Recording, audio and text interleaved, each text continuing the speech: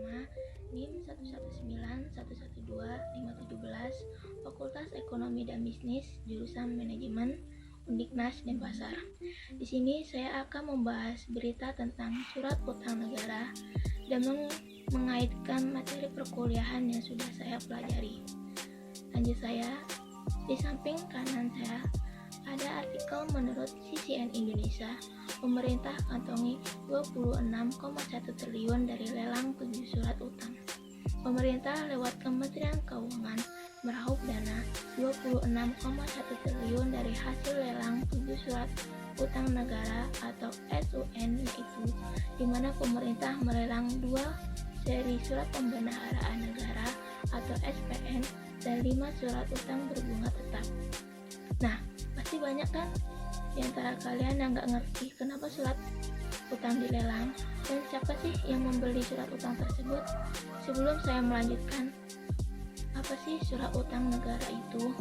Surat utang negara adalah surat berharga yang berupa surat pengakuan utang dalam mata rupiah maupun valuta asing yang dijamin pembayaran bunga dan pokoknya oleh Republik Indonesia sesuai masa berlakunya.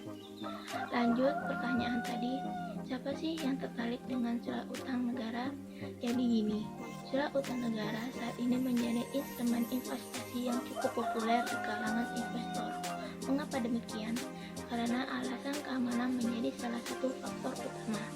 Sebab di mana surat utang negara dijamin pada Undang-Undang Nomor 24 Tahun 2002 dan Undang-Undang Nomor 19 Tahun 2008. Jadi, menurut saya dalam pasar modal, surat utang negara termasuk dalam obligasi.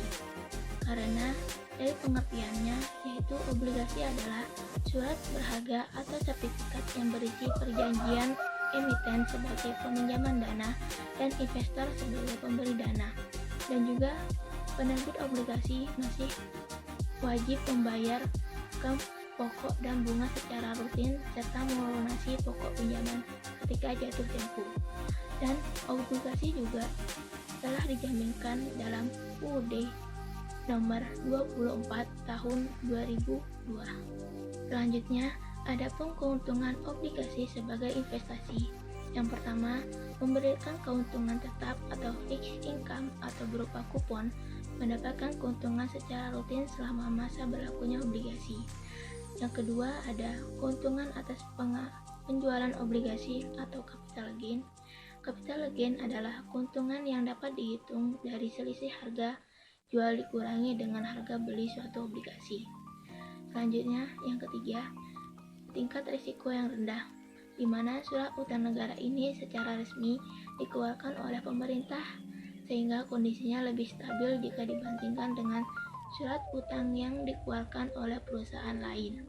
Yang selanjutnya, pajak yang lebih kecil dari deposito, di mana pajak yang dikenakan obligasi hanya 15% ketimbang deposito yang mencapai 20%. Jadi hal ini bahwa obligasi jauh lebih menguntungkan daripada deposito. Sekian dari penjelasan saya dan terima kasih.